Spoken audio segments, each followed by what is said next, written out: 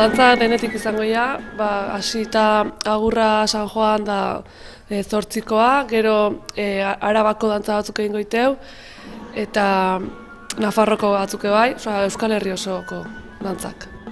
Jurramendi egoitzan bizi direnek ezin izaten dute horrelako gauzetaz gozatu, zuen kasuan ohitura da bertara etortzea dantza egitera.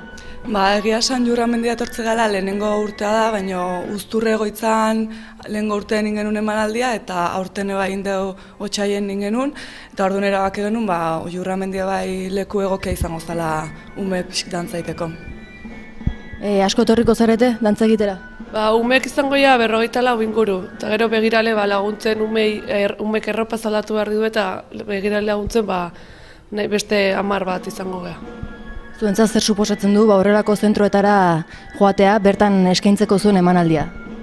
Azkenen gutzako lan bada, baina lan politia umeek motibatzeia, azkenen umentzako bai emanaldik kanpon eskaintzea, beren ikasturte guztin zehar ikasetako dantzak eta erakusteko aukera da, azken umentzat motibagarria dan zerbait.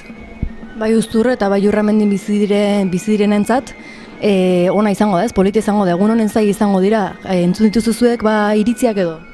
Guri denetik esan dugu Uzturreko iritzi jasoiteu, batzu gustatzen zaiola bintzat zerbait ezberdin jaiteu, eta beste batzu badia kexatu diana bingo orduak endu dielako edo, baina bestela denak oso guztua, azkenen ume txikik ikusten da zerbait ezberdin jaiteu. Leku egokia da, musikarentzat eta?